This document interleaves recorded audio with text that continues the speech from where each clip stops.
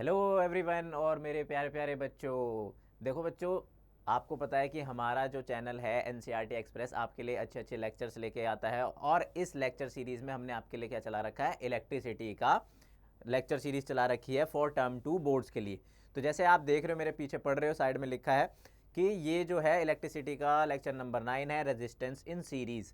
हमने अभी तक 7 लेक्चर्स और 8 लेक्चर्स कंप्लीट कर लिए, 8 लेक्चर्स कंप्लीट कर लिए। उन 8 लेक्चर्स में हमने आपको क्या क्या पढ़ाया कि बेसिक्स, इलेक्ट्रिक करंट क्या होता है, इलेक्ट्रिक पोटेंशियल क्या होता है, फिर क्वेश्चंस कराए थे उस पर। देन जो हमारा फोर्थ और फिफ्थ लेक्चर था, हमारा फोर्थ फिफ्थ लेक्चर था ओम्स लॉ पे, रेजिस्टेंस पे, उसके ओरिजिन पे। एंड देन सिक्स्थ लेक्चर था हमारा रेजिस्टेंस के फैक्टर्स पे कि किस किस फैक्टर्स पे इफेक्ट करता है। और जो सेवंथ लेक्चर था वो उन सब के क्वेश्चंस पे था। जो मैंने आपको लास्ट लेक्चर दिया है बच्चों लोग, एट्थ लेक्चर, वो रजिस्टिविटी पे, ओनली ऑन रजिस्टिविटी पे, जो भी स्पेसिफिक रेजिस्टेंस और रजिस्टिविटी के जो आपके डाउट्स हैं वो उस लेक्चर में क्लियर हो जाएंगे। उस लेक्चर को ख़त्म करते टाइम मैंने एक बात बोली थी कि अब हम जो नेक्स्ट लेक्चर है क्वेश्चन वाला करेंगे। बट फिर मैंने सोचा कि यार अगर मैं सिर्फ इस पर्टिकुलर टॉपिक पे दूं तो वैसे भी ये टॉपिक थोड़ा सा मॉडरेट है, थोड़ा सा मीडियम है, हार्ड कह सकते हो, टफ कह सकते हो। तो इस पर्टिकुलर टॉपिक पे क्वेश्चंस करने से ज़्यादा अच्छा ये है कि हम रेजिस्टेंस को थोड़ा और पढ़ लें। हमने क्या क्या पढ़ा है, रेजिस्टेंस का ओरिजिन पढ़ लिया है, स्पेसिफिक रेजिस्टेंस और रेजिस्टिविटी पढ़ ली है। तो जो कॉम्बिनेशन ऑफ रेजिस्टेंस हैं, वो जो दो टाइप के कॉम्बिनेशन ऑफ रेजिस्टेंस है, resistance in series and resistance in parallel, जिन पे भर भर के क्वेश्चंस आते हैं। 10th में तो आएंगे ही आएंगे, 12th में इससे भी ज़्यादा आएंगे, और जितने भी मेरे एंट्रेंस एग्जाम होते हैं, चाहे जेई के एग्जाम हो, चाहे नीट के एग्जाम्स हो, वो सारे के सारे आएंगे। तो अभी हम क्या करने वाले हैं, लेक्चर 9 और लेक्चर 10 आपको मिलेगा resistance in series, resistance in parallel.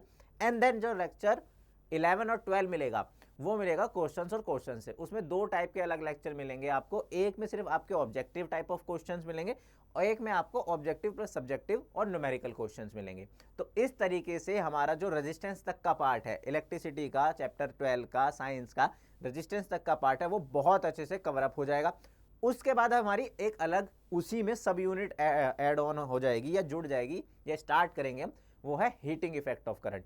तो अभी हमने क्या किया है, अपना जो लेक्चर सीरीज है उसको थोड़ा सा चेंज किया जस्ट आपके लिए, क्योंकि देखो अगर मैं उस पर्टिकुलर एक लेक्चर के बाद आपको क्वेश्चंस कराऊं तो आपको भी लगेगा कि यार एक ही टॉपिक पे क्वेश्चंस है और वो थोड़े से मॉडरेट क्वेश्चन है, तो आप थोड़े कंफ्यूज हो जाओगे कि इस पर्टिकुलर टॉपिक पे क्वेश्चंस ही क्यों। तो अभी के लिए हम क्या करते हैं, लेक्चर 9 और लेक्चर 10 रखते हैं, इलेक्ट्रिसिटी का resistance in series, resistance in parallel, which is a concept या which is a topic of combination of resistance.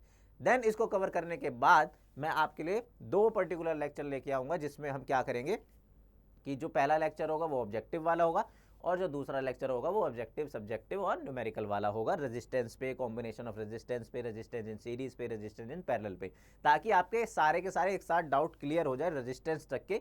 And then हम आगे फॉरवर्ड करें और अपना ये जो चैप्टर है इसको खत्म करते हुए इसकी आपकी क्वेश्चन प्रैक्टिस कराएं। तो चलिए अब ज़्यादा टाइम ना वेस्ट करते हुए इस लेक्चर को स्टार्ट करते हैं। लास्ट लेक्चर में मैंने आपको रजिस्टिविटी पढ़ाया था। अगर अभी तक भी आपने हमारी ये लेक्चर सीरीज ज्वाइन नहीं किया है, हमारे चैनल को सब्सक्राइब नहीं किया है, तो सबसे पहले जाइए एनसीईआरटी एक्सप्रेस, जो हमारा यूट्यूब चैनल है, जो आपके लिए टर्म 2 के लिए इलेक्ट्रिसिटी साइंस का कंसेप्ट पूरा क्लियर करा रहा है। साइंस में फिजिक्स, केमिस्ट्री, बायो और इंग्लिश के लेक्चर्स लेके आता है, और साथ ही साथ मैथ्स के लेक्चर भी जल्दी आने वाले हैं, वो आपको सब मिलेंगे। टर्म 2 की आपकी पूरी तैयारी होगी। इसी के साथ साथ आपको इसमें क्या मिलेगा, टेलीग्राम चैनल भी मिलेगा।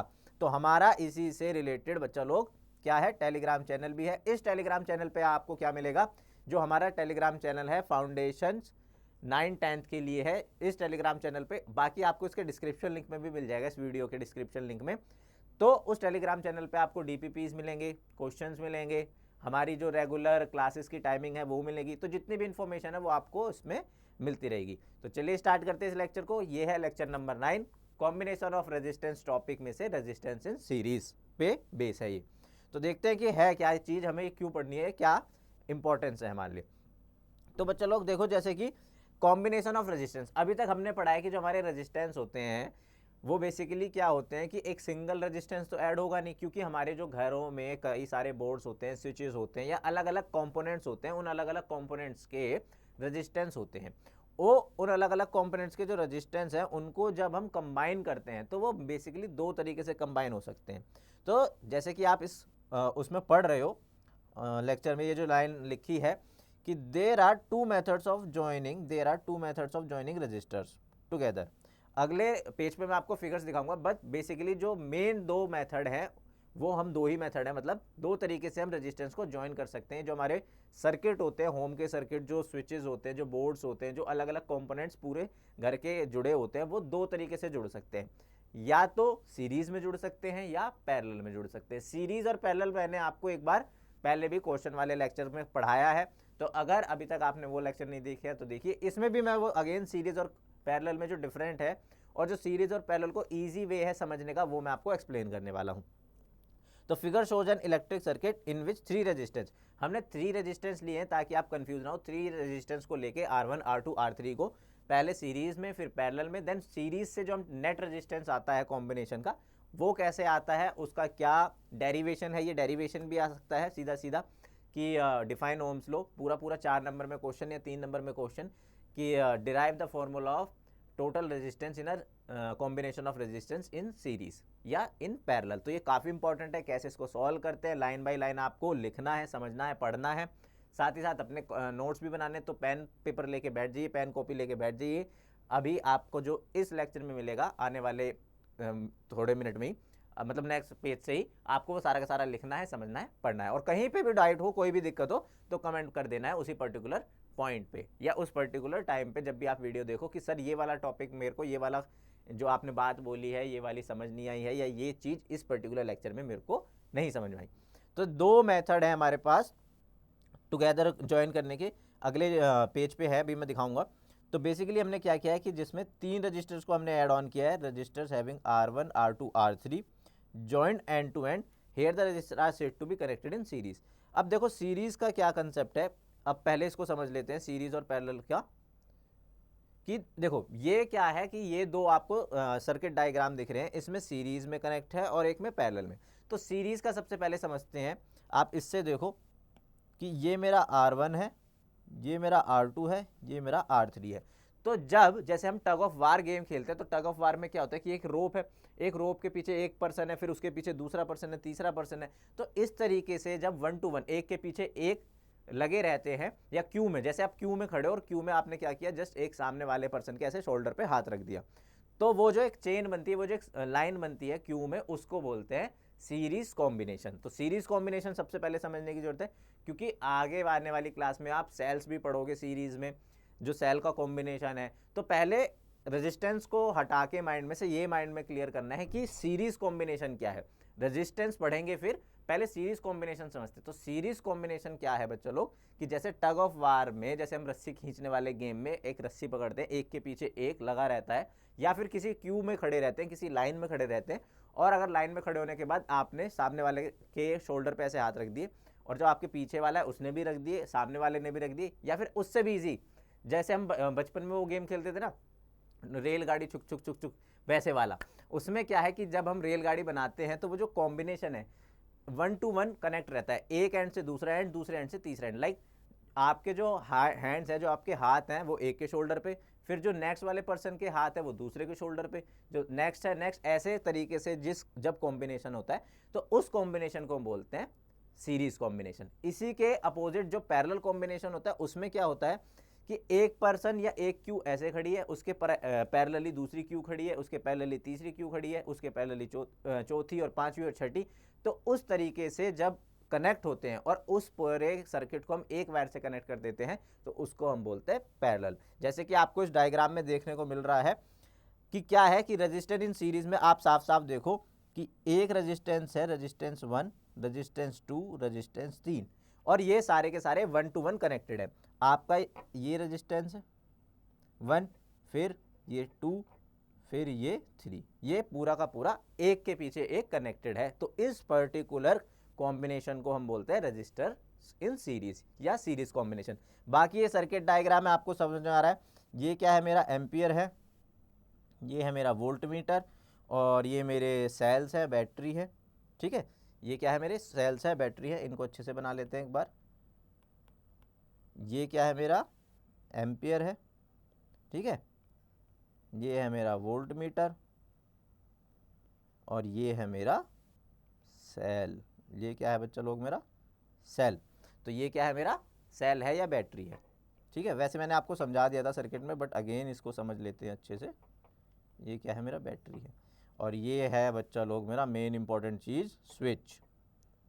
ये है मेरा स्विच, ठीक है। तो करंट कैसे पास ऑन हो रहा है, ऐसे जा रहा है, आपको जैसे इस डायग्राम में देखने को मिल रहा है, और ऐसे आ रहा है। तो one and to one end कहने का मतलब है एक के पीछे एक। देखो resistance 1 2 3 end to end connected है।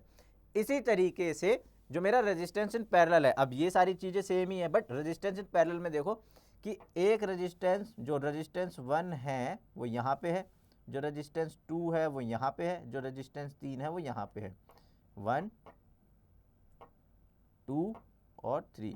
अब इसमें कैसे कनेक्टेड है बच्चों लोग, देखो इसमें ऐसे कनेक्टेड है कि आप देखो कि जैसे मैंने अभी आपको क्यू वाला एग्जांपल दिया कि जैसे आप मेट्रो में खड़े रहते हो, है ना, अंदर एंट्री वाली क्यू में खड़े रहते हो या टोकन लेने वाली क्यू में खड़े रहते हो, जब अगर आप अपना स्मार्ट कार्ड भूल जाते हो तो उसमें क्या होता है कि एक क्यू लगी हुई है, दूसरी क्यू लगी हुई है, तीसरी क्यू लगी हुई है। तो अगर एक क्यू दूसरी क्यू तीसरी क्यू को 1% 2% 3% बोलो, तो जो ऐसे कनेक्टेड है 1 2 3, उसको हम क्या बोलते हैं, पैरेलल कनेक्शन। तो आप साफ साफ देख रहे हो कि ये एक पॉइंट है एक्स, एक ये पॉइंट है वाई, और इसके बीच में एक ये क्यू है, या एक ये पर्सन है, दूसरा पर्सन 2, तीसरा पर्सन 3। तो इस पर्टिकुलर कॉम्बिनेशन को हम बोलते हैं रेजिस्टर्स इन पैरेलल। और जब मैं ये पर्टिकुलर लेक्चर पढ़ाऊंगा तो अगेन आपको समझाऊंगा कि रेजिस्टर्स इन पैरेलल क्या होता है। तो अभी हमें फोकस किस पे रखना है, अभी हमें इस पे फोकस रखना है और हमें ये पढ़ना है।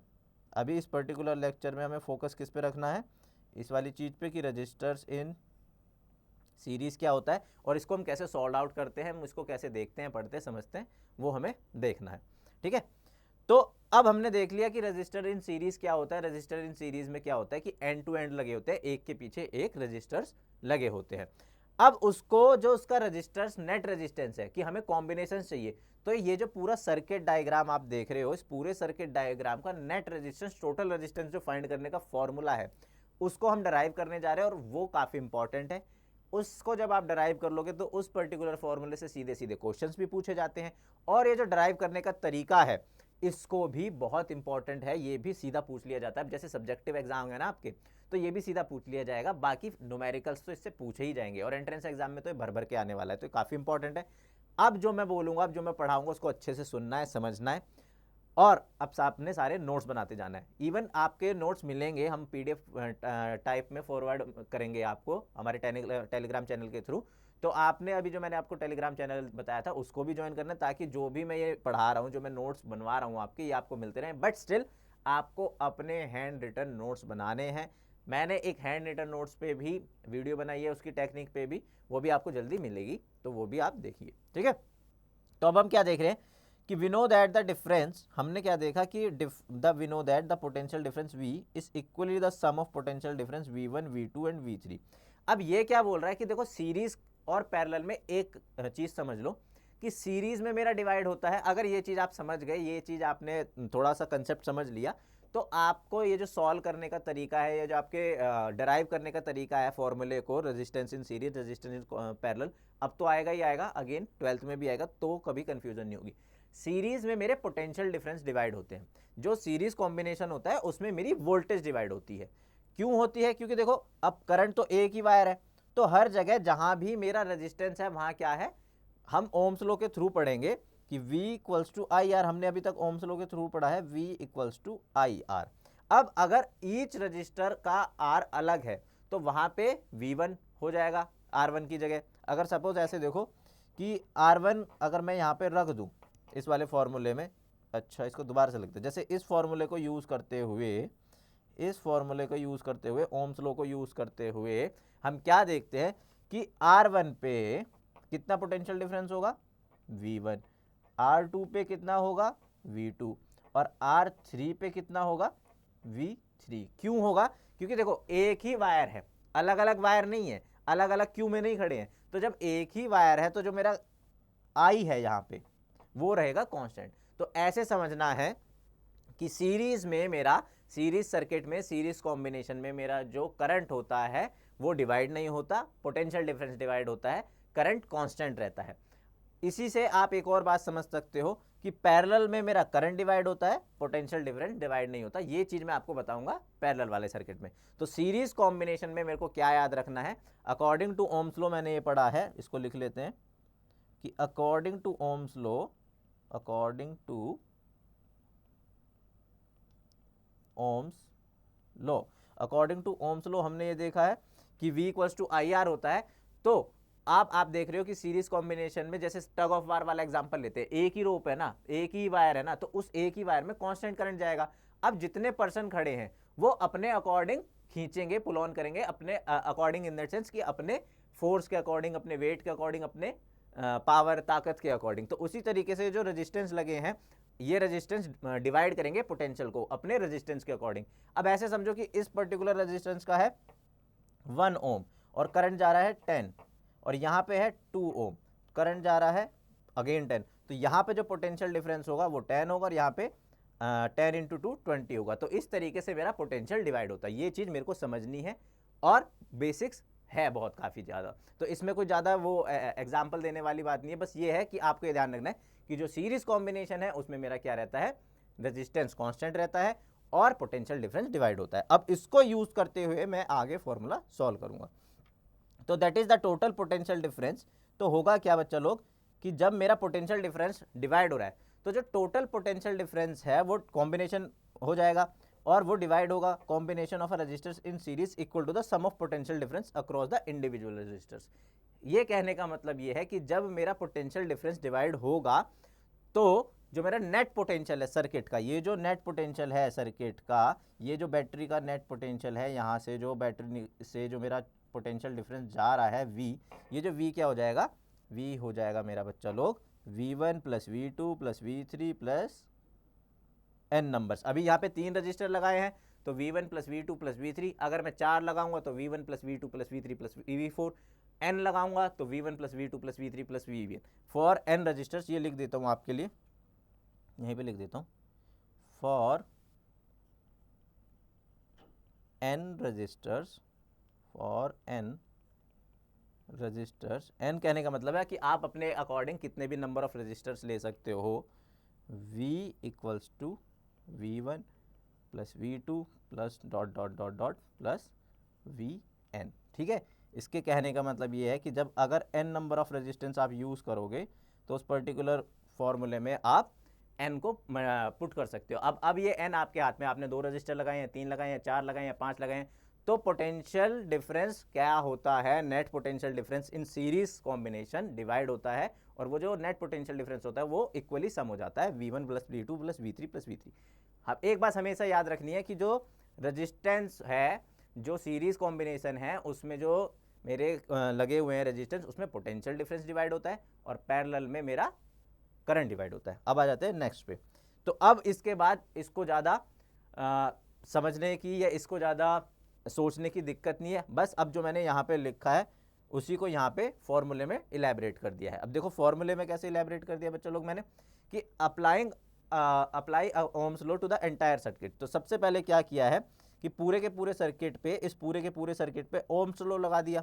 ठीक है, तो ये जो आपको सर्किट दिख रहा है मेरे पीछे, इसके पूरे के पूरे सर्किट पे, इस पर्टिकुलर पेज के पूरे के पूरे सर्किट पे अगर मैं ओम्स लॉ लगाऊंगा तो होगा ये कि ओम्स लॉ लगाने से क्या होगा कि अब ये देखो कि net potential difference of a circuit, net current और नेट रजिस्टर। नेट रजिस्टर्स कहने का मतलब है कि ये जो रजिस्टेंस सर्किट है, या तो ये वाला या जो मेरा टोटल मेरे को फाइंड करना है। ठीक है, इसको चलो हटा ही देते हैं, नेट का बस आर ही रखते हैं, कि जो पूरा का पूरा सर्किट है, जो टोटल रेजिस्टेंस है सर्किट का, वो मुझे फाइंड आउट करना है। तो उसमें जब ओम्स लॉ लगाऊंगा, मैं यूज करूंगा ओम्स लॉ, तो मेरा क्या फॉर्मूला निकल के आएगा, V equals to I R. सबको पता है ओम्स लॉ का फॉर्मूला, अगर नहीं पता है तो आप एक बार जो मेरा ओम्स लॉ वाला लेक्चर एक बार पढ़िए, आपका कभी भी डाउट नहीं रहेगा उसमें। ठीक है, on applying Ohm's law the 3 resistor separately we further have.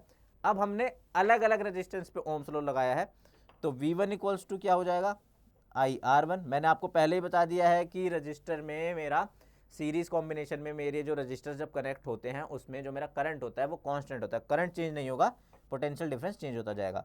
ठीक है, तो V2 भी हम ऐसे ही लिख लेंगे। ठीक, और V3 भी लिख लेंगे हम ऐसे ही, अभी बस इसको अंडरलाइन कर देता हूँ। ठीक, V1 V2 V3 हम ऐसे फाइंड आउट कर लेंगे यूजिंग ओम्स लॉ, और from equation 1 from equation A 1 2 and 3। अब तीनों को मैं देखो, अब इक्वेशन ए में देखो v equals to I R है, 1 में देखो v1 equals to I R one, v2 I R two, v3 I R three, और इस वाले इक्वेशन को देखो, ये जो इक्वेशन है पहले पेज पे, ये जो इक्वेशन है इसको यूज़ करो, ठीक है। इक्वेशन इसको बोल देते हैं स्मॉल ए।